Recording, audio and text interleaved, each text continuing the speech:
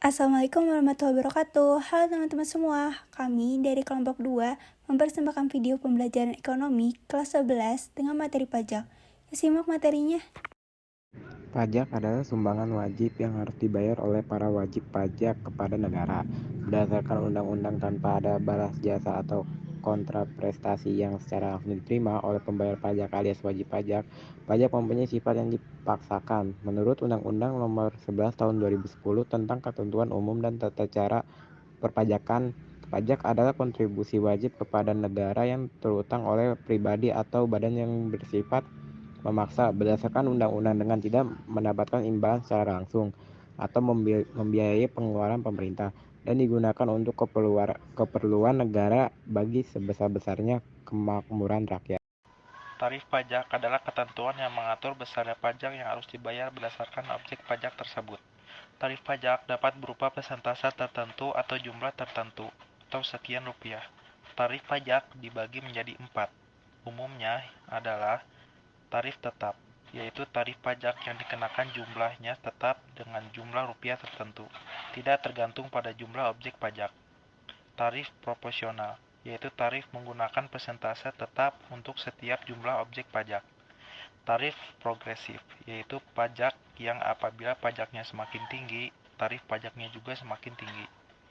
Lalu tarif regresif atau degresif, yaitu tarif pajak yang apabila nilai objek pajaknya semakin tinggi, maka tarif pajaknya semakin turun.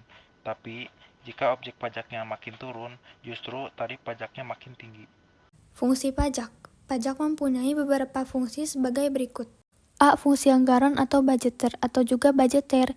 Sebagai sumber pendapatan negara, pajak berfungsi untuk membiayai pengeluaran-pengeluaran negara. B. Fungsi mengatur atau regulasi atau juga regular land. Pemerintah bisa mengatur pertumbuhan ekonomi melalui kebijakan pajak. Dengan fungsi mengatur, pajak bisa digunakan sebagai alat untuk mencapai tujuan. Fungsi mengatur pajak dapat digunakan sebagai berikut. 1. Alat proteksi atau perlindungan.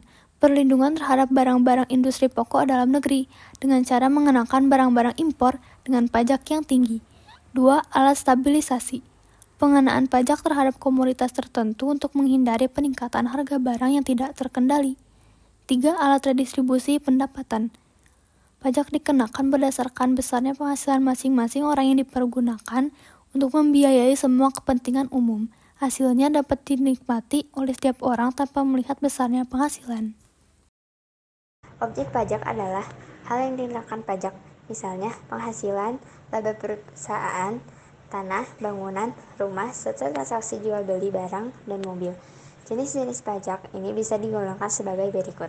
Pertama, jenis pajak menurut lembaga pemungutnya.